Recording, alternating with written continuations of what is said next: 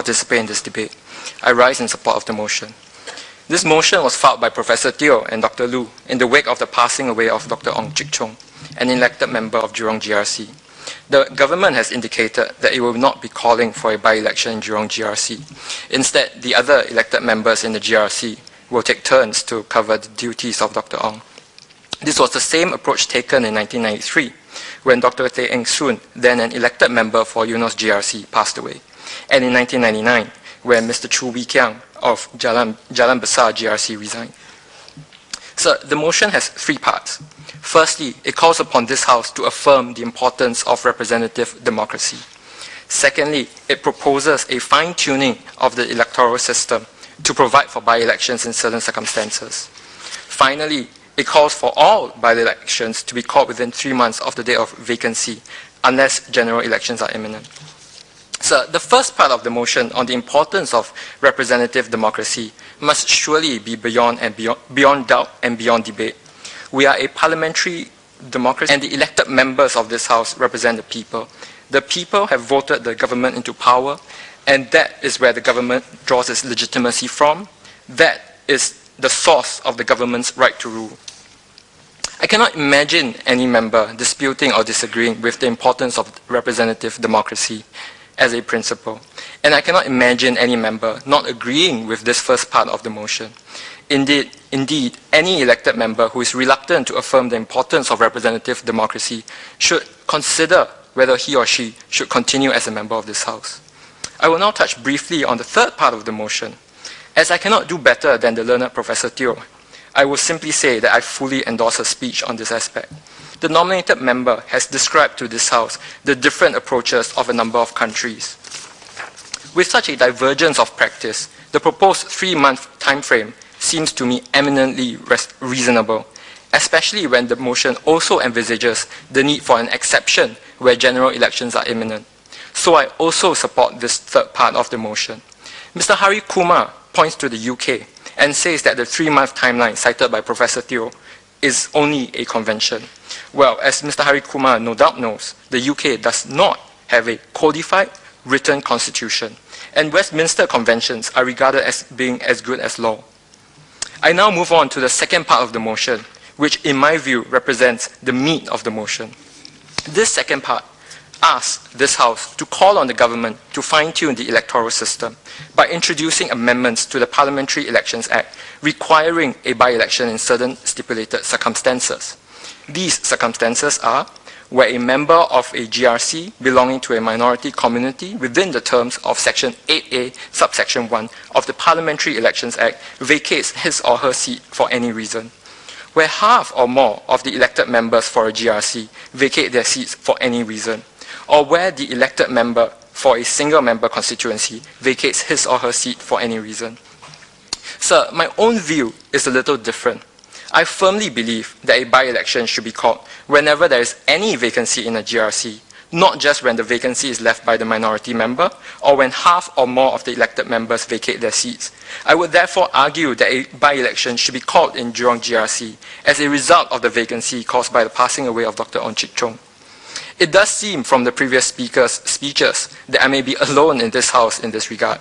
And I also recognize that this specific point of whether there should be a by-election where there is a single vacancy in a GRC has been debated in this House in the past. Nevertheless, I ask for the indulgence of this House while I spend a few minutes on what I call the 3 Ps: principle, practicality, and the people. Sir, the starting point must surely be the principle of representative democracy as recognized in the first part of the motion. This principle is the first P. I think Mr. Hari Kumar said that there is no universal definition for this, but I disagree. I see this very simply. In Singapore, the people elect their representatives to Parliament. Where the seat in a single-member constituency is vacated for any reason, the people cease to be represented. To avoid this situation, a by-election should be called. The logic is simple and clear for single-member constituencies. And I think there should be no dispute or disagreement insofar as the motion calls for a writ for by-election to be issued in the event of a vacancy in a single-member constituency for any reason. The situation is muddied somewhat by the GRC scheme because there would remain other elected members for that GRC.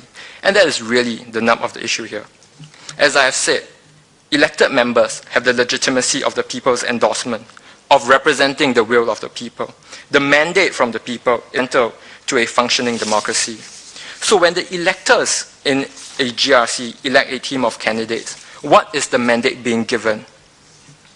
So, I was a voter in Ang Mo Kio GRC in the 2006 general elections. I was voting for a team of candidates in the GRC. To my mind, the mandate that I was giving to the team I voted for was for the team as a whole. I think that the mandate is for the team of candidates as elected by the voters to represent the GRC in Parliament. And if the composition of the team changes for any reason, then it by definition becomes a different team. It ceases to be the team elected by the voters. In that situation, surely a fresh mandate from the voters is necessary. Jurong GRC was uncontested in the 2006 general elections, and so the team there entered Parliament by way of a walkover. But this does not change the fact that the team today is different from the team that was nominated and that entered Parliament in 2006. So on principle, the first P, I would say that a by-election is required in Jurong GRC. I think that the principle of representative democracy should, in and of itself, settle the issue. But some have cited reasons based on practicality in arguing against having a by-election.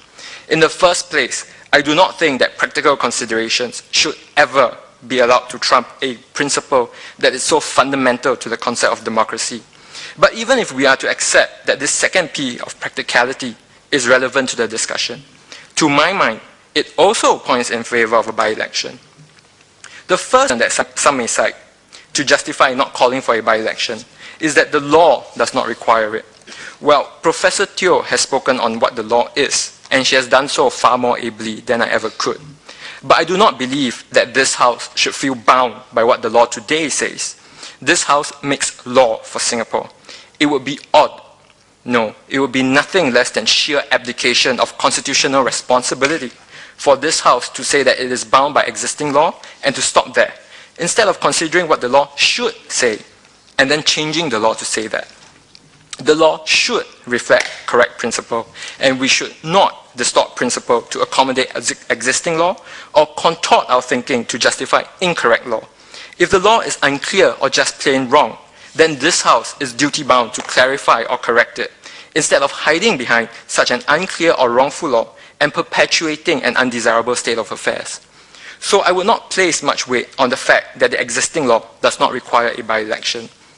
Another reason that has been cited is that a by-election would distract Singaporeans from the pressing issues posed by a slowing economy and rising inflation. This was also the reason cited when Dr. Teng Soon passed away in 1993. So surely this argument cannot stand. It implies that voting and elections are luxuries, that they are really just so much fun and games to be left for good times and inappropriate and unnecessary in bad times. It suggests that the right of voters to be represented by the team that they have elected is in reality a privilege and not an entitlement. It means that the principle of representative democracy is not fundamental to our society and can be waived by the government of the day when deemed inexpedient. I think that cannot be right. Either a by-election is necessary or it is not. Either the people have a right to be represented by the team they have elected, and hence the right to select a fresh team if the elected team changes, or they do not. Either the principle of representative democracy is important or it is not. The prevailing economic conditions should have no role to play in this, and certainly should not be allowed to trump these considerations.